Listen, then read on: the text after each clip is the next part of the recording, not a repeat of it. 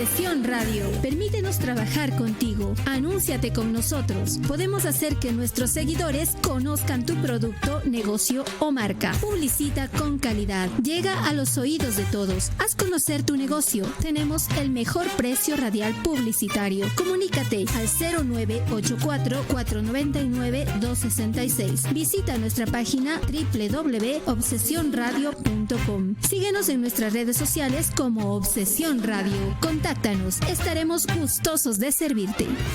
El siguiente programa es de clasificación A, apto para todo público. Tipo de contenido S, educativo, formativo y cultural.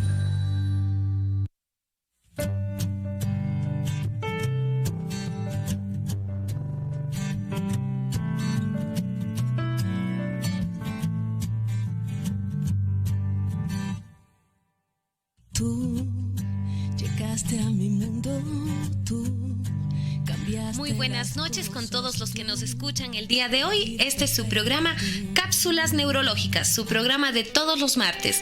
Síganos a través de Obsesión Radio.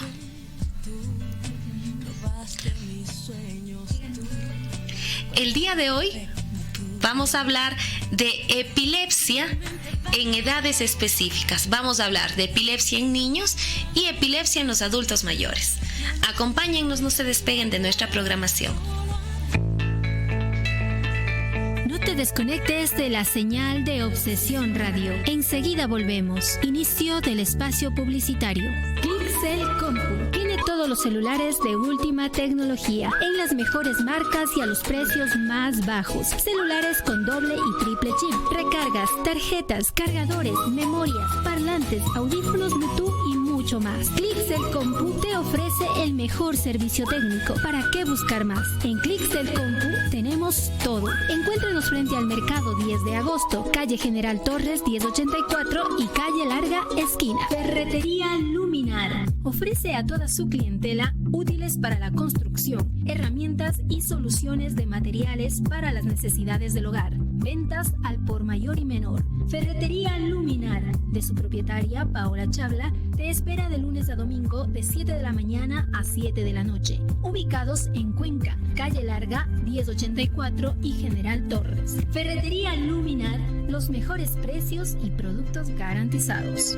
¿Necesitas vender tu inmueble? ¿Estás pensando en comprar la casa de tus sueños? ¿Quieres alquilar un departamento? Obsesión Radio te brinda la mejor opción. Llama al 099-950-0148. No lo dudes, contacta ahora mismo con la arquitecta Esperanza Sánchez, agente inmobiliaria con experiencia y honestidad en la gestión y comercialización de bienes inmuebles. Garantiza un asesoramiento y gestión de calidad. Recuerda, 099-950-0148. Arquitecta Esperanza Sánchez, experta en transacciones inmobiliarias. En Agroveterinaria El Campo del Dr. Enrique Álvarez encuentra alimentos balanceados, concentrados proteicos, medicinas y accesorios para mascotas, ganado y animales domésticos. En Agroveterinaria El Campo atiende el Dr. Enrique Álvarez, médico veterinario, quien pone su experiencia al servicio de la salud de tus animales. Agroveterinaria El Campo es auspiciante de Obsesión Radio. Visítanos en Cuenca, General Torres 512 y Calle Larga. Desde hace 25 años, Panadería El Príncipe elabora el más sabroso pan natural y nutritivo. Pan rico hecho en casa, hecho con el corazón y por manos artesanales. Panadería El Príncipe, aroma de hogar, con la mejor panificación y una variedad única de productos de pastelería. Panadería El Príncipe, auspiciante de Obsesión Radio, es un deleite de sabor. Panadería El Príncipe, de la señora Lolita León, ofrece el mejor pan de Cuenca. Ubícanos en el interior del terminal terrestre, en la sala de espera, local número 19. Los mejores ingredientes, la mejor sazón de la cocina internacional y una atención cálida hacen de Donkey Dog el mejor lugar de Cuenca para disfrutar de los más ricos burritos, tacos y hot dogs. Además, Donkey Dog ofrece una variedad de snacks como nachos con queso, la rica carroza mexicana y las más dulces y saludables bebidas. Donkey Dog, auspiciante de Obsesión Radio, se encuentra junto al Parque de San Blas, calle Manuel Vega, esquina. Servicio a domicilio llamando al 283-9982. Nuestros auspiciantes confían en nosotros porque hacemos que nuestros seguidores conozcan tu producto, negocio o marca. Fin del espacio publicitario.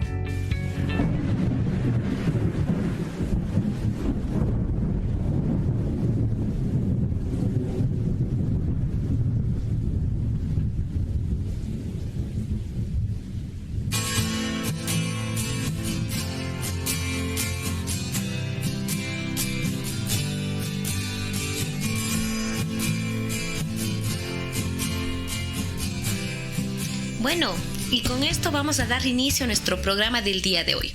Como ya les habíamos adelantado, el día de hoy vamos a hablar de dos tipos específicos de epilepsia. Las epilepsias que se presentan en la niñez y las epilepsias que se presentan en las personas adultas mayores o en las personas adultas. Es muy importante hablar de estos dos temas, ya que son temas cruciales dentro de la neurología y al hablar de epilepsias también, porque cuando la epilepsia debuta en edades tempranas, es decir, en épocas de la niñez, muchas veces nosotros generamos un estigma en torno a la epilepsia. Decimos, ¿qué va a ser de mi hijo? ¿Qué va a pasar ahora con él? ¿Logrará ser un niño normal? ¿Tengo en realidad que administrarle la medicación? ¿Está tomando la medicación que debería? Entonces es muy importante tomar estos temas. Y cuando hablamos de la epilepsia en el adulto mayor, las dudas o las inconvenientes o las inquietudes que surgen en torno a este tema son exactamente las mismas. Y la medicación, ¿se va a curar? ¿Cuánto tiempo va a durar la epilepsia? Y son así muchas preguntas que nos rodean cuando hablamos de epilepsia en los niños y en los adultos. Vamos a diferenciar, para empezar con este tema el día de hoy, vamos a iniciar hablando de la epilepsia en los niños. Si bien nosotros sabemos que la niñez, desde que el bebé nace hasta los 5 o 6 primeros años de vida, son etapas cruciales en las que los niños tienen la capacidad de desarrollar habilidades específicas y de generar nuevas conexiones neuronales, es ahí que la epilepsia se vuelve una enfermedad muy importante, una enfermedad trascendental en el desarrollo del niño. Y de ahí la importancia de que un niño que tiene el diagnóstico de epilepsia tenga el tratamiento indicado. Porque un niño con un tratamiento adecuado logramos que éste se desarrolle y se desenvuelva como un niño completamente normal. Mientras que por el contrario, cuando tenemos un niño que tiene un diagnóstico de epilepsia y cuyo desarrollo estamos retrasando, ¿por qué? Porque cada evento epiléptico implica un compromiso de un número específico de neuronas. Mientras más crisis o eventos epilépticos tenga en el transcurso de su vida, existe un mayor compromiso neuronal.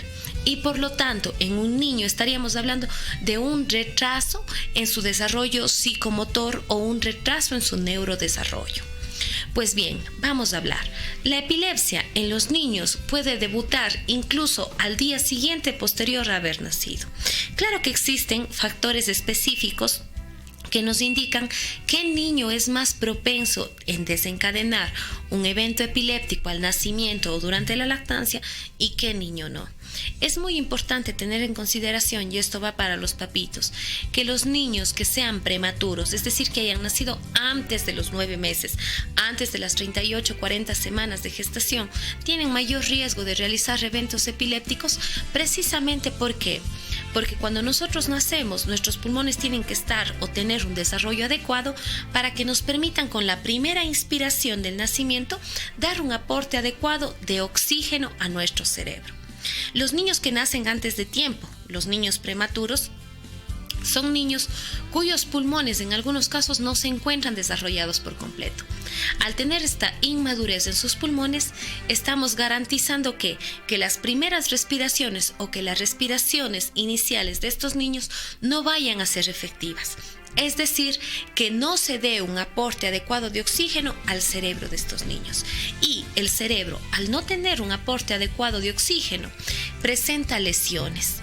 Estas lesiones por isquemia o por hipoxia o por la falta de oxígeno, en otras palabras, estas lesiones pueden generar focos epilépticos. Y entonces el niño va a desencadenar crisis epilépticas. Algo muy importante para los papitos es que los bebés, niños menores de 2 años, difícilmente hacen crisis tónico-clónica generalizadas. Es decir, eventos en los que se sacuden los brazos y las piernas y hay desviación de la cabecita. Es decir, eventos epilépticos que comprometan todo el cuerpo. Difícilmente ellos hacen eventos tónico-clónicos generalizados porque su cerebro todavía es inmaduro. Entonces, en las edades prematuras, en edades pequeñas, niños desde meses hasta los 2 años y un poco más tal vez, los eventos más comunes que presentan son eventos focales. De ahí la importancia de los papitos de poder identificar cuándo su niño está teniendo un evento epiléptico. ¿Cuáles son los eventos epilépticos más comunes que ocurren durante la niñez? Empezaremos por edades. Cuando hablamos de niños lactantes, de niños menores de 6 meses, el evento más común son sacudidas. Son sacudidas bruscas de brazos y piernas en los que las extremidades se dirigen hacia la línea media de forma brusca. Estos eventos, que nosotros conocemos con el nombre de espasmos, estos espasmos se repiten varias veces durante el día y se repiten por trenes, es decir, hacemos una secuencia de 5, 6 y a veces hasta 30 o 40 espasmos, luego ceden y después de unas horas aparecen nuevamente espasmos en trenes. Obviamente estos niños por lo general tienen antecedentes de haber tenido problemas durante el parto, un parto traumático, dificultades al nacer, aspiración de meconio, necesidades de ventilación artificial. Sí, entonces tenemos niños que ya tuvieron dificultades durante el parto y que obviamente esas dificultades afectaron a su cerebro y desencadenaron este tipo de crisis. Los niños que nacen también con síndromes genéticos comunes o conocidos, como por ejemplo un síndrome de Down, obviamente son más propensos también a padecer eventos epilépticos de este tipo. Conforme vamos avanzando en edad, pasados los 6 meses, los eventos se toman una forma diferente. ¿Ya? Entonces vamos a tener niños que van a empezar con crisis focales en extremidades, es decir, un temblor de un brazo o un temblor de una pierna o de pronto solo clonías de la cara, es decir, contracciones bruscas de una de las 2 mitades de la carita. Sí, y otros niños van a presentar lo que nosotros conocemos que son las conocidas ausencias. Ustedes habrán escuchado ya por varias ocasiones, este niño tiene ausencias o ella tiene ausencias o mi hija tiene crisis de ausencia. ¿Qué es la ausencia? Son periodos de desconexión en los que yo me encuentro interactuando con una persona o el niño está lactando o el niño está jugando o está riendo y de pronto simplemente se queda paralizado. Estas ausencias duran segundos y después de que termina la ausencia, el niño vuelve a realizar sus actividades normales. Entonces tenemos las crisis focales, tenemos las ausencias y conforme hemos pasado los 2 años podrían presentar eventos tónico-clónicos generalizados. ¿Qué es lo importante de saber de epilepsia respecto a la niñez o cuál es la importancia de conocer epilepsia en los niños? Pues bueno, es muy importante porque cuando nosotros logramos identificar un evento epiléptico, los eventos epilépticos llevan tratamiento. Como ya dijimos, por cada evento epiléptico que haga un niño, existe mayor riesgo de muerte neuronal con cada crisis.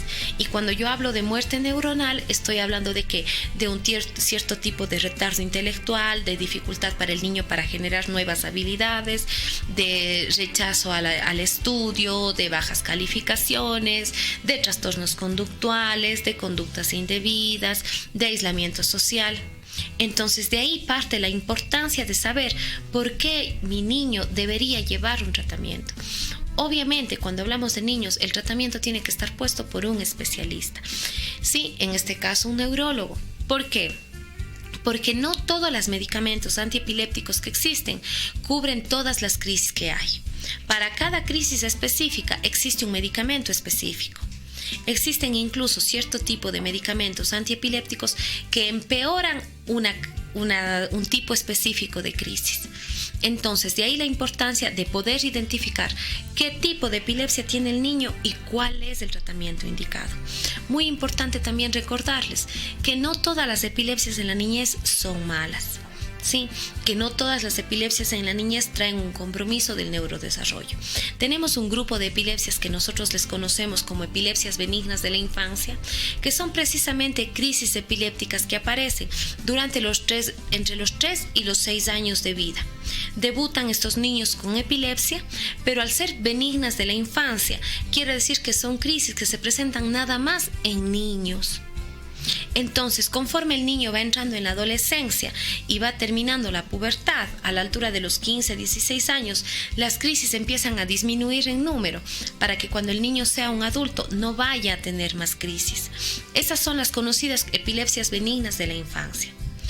De estas de acá, existen un 2, un 3% de personas que van a continuar siendo epilépticos durante su vida adulta, lo cual es algo muy favorable. ¿Por qué? Porque estaríamos hablando de un 97% de niños que son diagnosticados correctamente de epilepsia benigna de la infancia, que conforme lleguen a la adolescencia no van a presentar más crisis. Obviamente, estas epilepsias benignas de la infancia tienen características específicas. Y de ahí la importancia de que el diagnóstico sea dado por un especialista. De igual forma, tenemos otro tipo de crisis epilépticas que se presentan durante la niñez, que nosotros les conocemos con el nombre de encefalopatías epilépticas. Estas son ya un poco más complejas porque por lo general se deben a una lesión estructural del cerebro, a una lesión bioquímica del cerebro, algún tipo de lesión genética o inmunológica. Al hablar de que se trata de una encefalopatía epiléptica, entonces ya el pronóstico es diferente, porque la encefalopatía epiléptica encierra como componente principal un trastorno permanente y progresivo del neurodesarrollo. Es decir, son niños que debutan con su epilepsia al 1, 2, 3 años de edad, y conforme progresan las crisis, el niño va teniendo un retraso en su neurodesarrollo. Es decir, tiene dificultad para hablar, tiene dificultad para expresarse, tiene dificultad para ir ganando habilidades que debería ganarlas de acuerdo al desarrollo normal de un niño. Importante saber que existen estas epilepsias benignas de la infancia y las encefalopatías epilépticas. ¿Por qué? Porque nosotros podíamos estar abordando a un niño de forma equivocada, asegurándole a un niño que posiblemente en la pubertad o en la adolescencia no va a tener más crisis cuando se trata de una encefalopatía, o asegurando a un padre de familia que todo va a estar bien cuando se trata de una encefalopatía. ¿Sí? Entonces es muy importante tener en cuenta estas situaciones. Como padres de familia en la casa, ¿cómo nos podemos dar cuenta?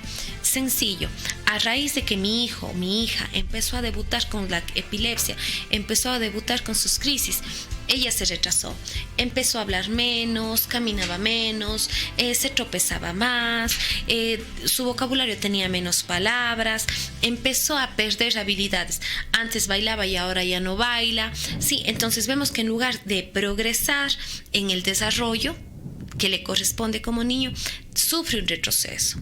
Ese es un indicativo para nosotros que nos dice, bueno, es una banderita roja que nos dice que nosotros tenemos que tomar otro tipo de medidas con ellos. También importante saber que los niños tienen mayor tendencia o mayor facilidad a la generalización de las crisis. Es decir, eventos que empezaron con un temblor de una manito, con el temblor de la cara, con el temblor de una extremidad, pero que tienden a generalizarse, pero que en segundos se transforman en crisis tónico-clónicas generalizadas. El niño se desconecta, pierde la conciencia, relaja los esfínteres, se orina en los pantalones, hace la deposición. Y entonces es importante saber esto porque ya el llegar a una generalización para los padres es algo alarmante.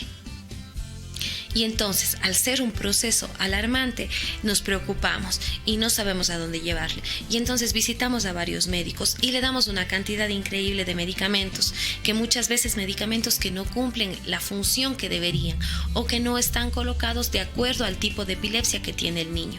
Y en lugar de llevarnos a una mejoría, nosotros vemos un empeoramiento de los síntomas.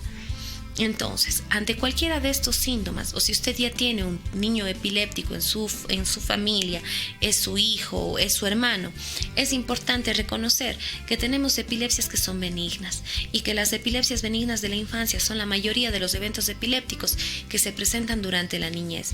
Por lo tanto, la mayoría de niños epilépticos tienen un muy buen pronóstico siempre y cuando lleven el tratamiento adecuado y los cuidados necesarios. Por el otro lado, estábamos hablando de los dos extremos de la vida. Vamos a hablar ahora de los eventos epilépticos en el adulto mayor. ¿Qué sucede cuando mi abuelito, mi abuelita, mi papá, mi mamá debutaron? Eran personas completamente normales, pero debutaron con epilepsia. Pues bueno, es muy importante reconocer que cuando una persona adulta mayor debuta con eventos epilépticos, muy probablemente existe en esa persona un tipo de lesión estructural. ¿Qué es una lesión estructural? Es un daño a nivel cerebral que propicia la aparición de eventos epilépticos. ¿Cuáles son las lesiones estructurales más comunes que puede presentar un adulto mayor? Pues bien, vamos a ir por las más simples. Por lo general, tenemos los adultos mayores de hoy en día que han tenido unos estilos de vida inadecuados. Recuerde que el consumo de hamburguesas, salchipapas y todos estos productos llenos de grasas no saturadas, aumentan el colesterol, los triglicéridos, producen obesidad, nos llevan a trastornos como la hipertensión, la diabetes, la dislipidemia, el sobrepeso. Todos estos 4 en conjunto constituyen factores de riesgo cerebrovasculares, es decir, factores que facilitan o favorecen las lesiones a nivel del cerebro. ¿Qué tipo de lesiones? Lesiones isquémicas, es decir, por falta de sangre, o lesiones hemorrágicas en la que existe una ruptura de un vaso sanguíneo cerebral y esta sangre se derrama dentro del encéfalo. Pues bien, posterior a la enfermedad cerebrovascular, es muy común que se quede una secuela, una cicatriz en nuestro encéfalo. Y dependiendo de la localización de la lesión, estas cicatrices son altamente epileptogénicas, es decir, tienen altísimas probabilidades de debutar o de hacer que la persona presente epilepsia posterior al evento cerebrovascular. Entonces, como bien hablábamos, en las etapas adultas mayores, en los adultos mayores, los eventos epilépticos por lo general se presentan debido a lesiones estructurales. Las lesiones que dejan los eventos cerebrovasculares son como que de las primeras causas de epilepsia en el adulto mayor. En segunda instancia tenemos algo muy común, de lo que antes se hablaba muchísimo, ahora no se habla tanto, pero todavía se escucha. Pero lo que sí quiero decirles que si bien ahora no se habla tanto, tienen ustedes que saber que es una causa muy importante de epilepsia y es la neurocisticercosis. ¿Qué es la neurocisticercosis? Es el depósito de los huevos, ¿sí? De los huevos de las tenias. ¿En dónde? En el cerebro. Estos huevitos que nosotros ingerimos de tenias o de las lombrices intestinales, que nosotros las ingerimos, por lo general se acumulan ¿en dónde? En la parte abdominal y en los intestinos, y es ahí donde se reproducen y el gusano crece. Pues bien, estas tenias y estos huevos en su ciclo reproductivo cumplen una parte en la cual el huevo pasa a la respiración y a veces a la sangre. Entonces, cuando estos huevos de estos parásitos pasan a la sangre, tienden a anidarse en los vasos sanguíneos del cerebro. Y entonces se anidan en el cerebro y hacen su nido ahí. Y es ahí donde este huevo del cisticerco empieza a crecer. Como ustedes deben haber escuchado, los cisticercos provienen ¿de dónde? De la carne de cerdo. De toda la carne del cerdo. Bueno, pues tendríamos que hacer un estudio a todos los cerdos, ¿no? Pero lo que sí les puedo asegurar, que si usted ingiere carne de cerdo mal cocida, mal cocinada, a punto medio, a 3/4, usted tiene altísimas probabilidades de que cuando usted ingiere esa carne, el cisticerco esté vivo, esté íntegro y usted esté ingiriendo el parásito. Entonces, es un llamado de atención para mejorar nuestros hábitos alimenticios, para cocinar adecuadamente la carne y evitar tener esta complicación, que una complicación de la cisticercosis, que es decir, de los parásitos intestinales, es que ese cisticerco se anida en el encéfalo y va a dar origen a la neurocisticercosis. Y esta es una causa importantísima de epilepsia en el adulto mayor. Y la neurocisticercosis, no solo de epilepsia, sino también de quistes encefálicos, de abscesos cerebrales, causas de demencia en los adultos mayores. Realmente es una enfermedad que es muy común, muy conocida, pero a la que nosotros le damos muy poca importancia. porque a pesar de que hemos escuchado esto, igual continuamos ingiriendo carne sin cocinar adecuadamente, carne poco cocida, carne que no cumpla con todos los procesos de calidad, y eso es importante. Sí, importante porque nos estamos dando cuenta ahora que la alimentación juega un papel crucial en este tipo de epilepsias en el adulto mayor, porque existen gran cantidad de parásitos que viajan a través de la sangre. El cisticerco a través de la carne de cerdo, pero también tenemos el toxoplasma, que el toxoplasma también se anida en el encéfalo. ¿Y de dónde viene el toxoplasma? Del gato, ¿verdad? Entonces dedicaremos un día, un programa, a hablar nadamente de los parasitosis, ¿sí? Y microbios animales que afectan, bacterias, hongos, parásitos me refiero, ¿sí? Que afectan al sistema nervioso. Vamos a dedicar en uno de estos días un programa para hablar de eso. Parasitosis, bacteriosis y hongos que afectan al encéfalo y que nos pueden dar cierto tipo de patologías. Y saber, a estas se les conoce como zoonosis, enfermedades de los animales que son transmitidas al ser humano. Entonces, hablaremos de zoonosis que afectan al sistema nervioso. Y entonces continuamos, hablamos del evento cerebrovascular, hablamos de la neurocisticercosis, hablamos acá también de qué, de los aneurismas, de procesos glióticos, de lesiones tumorales, porque recuerde que ya el adulto mayor es una persona que está muy predispuesta a poder desarrollar cierto tipo de tumores y obviamente tumores a nivel del sistema nervioso central, en este caso del cerebro, y dar origen a cierto tipo específico de epilepsia. Por lo tanto, si hablamos del adulto mayor y estamos diciendo que la mayor cantidad de eventos epilépticos que ocurren en el adulto mayor se deben a lesiones estructurales, entonces es importante que sepa que cuando nosotros tenemos una lesión estructural, entonces la epilepsia se vuelve de difícil control o se vuelve una epilepsia rebelde, o estaríamos hablando de una epilepsia que, a diferencia del niño que cuando cumpla 16, 17 años la epilepsia entra en recesión, en el adulto mayor difícilmente nosotros vamos a encontrar la recesión o la parada de crisis. Es decir, una vez que al adulto mayor se le diagnosticó de epiléptico, difícilmente el adulto mayor realice una remisión de sus crisis.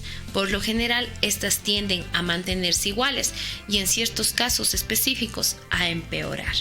Sobre todo, ¿en qué casos empeoraría? En el caso de las lesiones tumorales, porque por lo general las lesiones tumorales son expansivas y al expandirse van ocupando partes diferentes de nuestro encéfalo y produciendo mayor número de crisis. Entonces, si ya hemos hecho este recuento de que existen la mayoría de epilepsias que son de causa estructural, ¿qué es lo que tiene que saber su médico respecto a esto?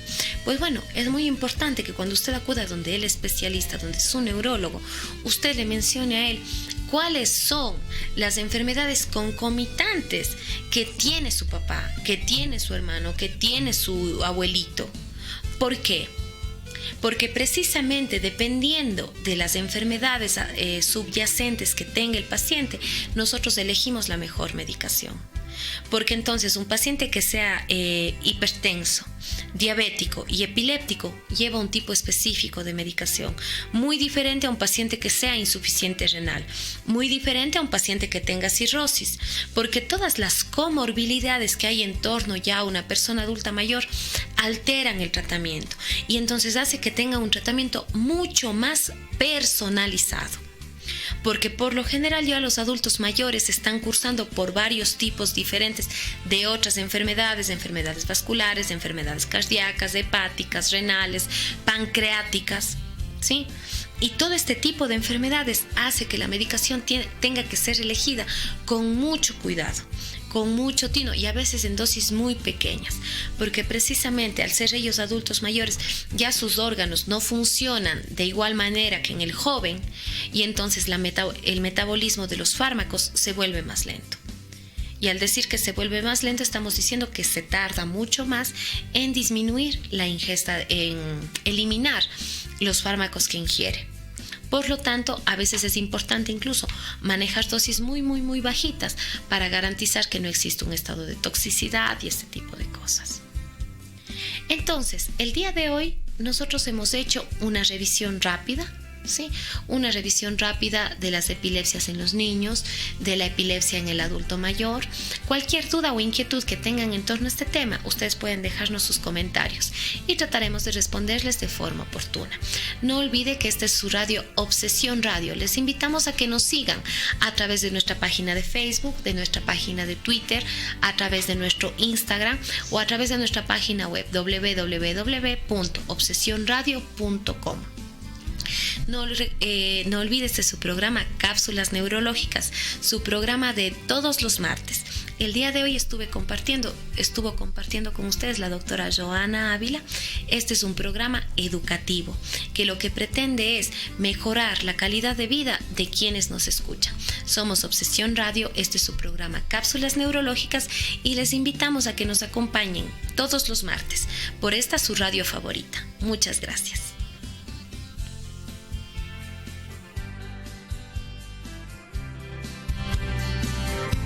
Obsesión Radio, pensada en ti.